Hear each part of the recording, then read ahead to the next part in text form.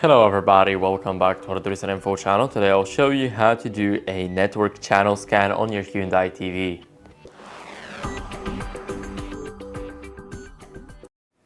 So first we need to head over to the settings.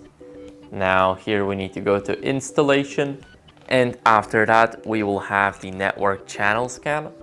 And here we can basically select the aerial, the cable, or the satellite. So I'll go for the D cable. Now here we can choose the network, so it's other. Now here we can also change the frequency by pressing the numbers on our TV remote. So as you guys can see, it's just that simple to change the frequency. Here we can also put some network ID, so for me it will be 0. And then we can simply click next. I'm not connected to anything, so it won't find any channels, but this is how you guys can do that. So I hope you enjoyed this video, and if you did, then leave a like, sub, and a comment, and I'll see you in the next one.